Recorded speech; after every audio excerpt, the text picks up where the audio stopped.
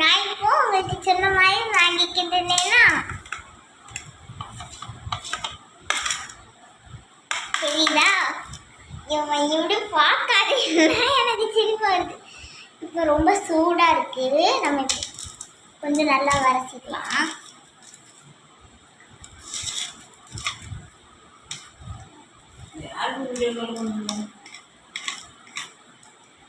சத்தம் போடக்கூடாது.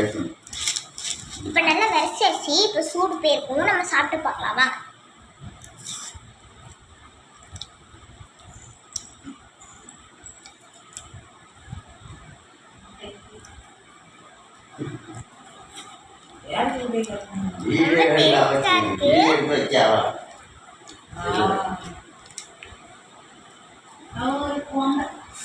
நல்ல சூடா இருக்கனால பொறுமையா தான் சாப்பிட முடியும்.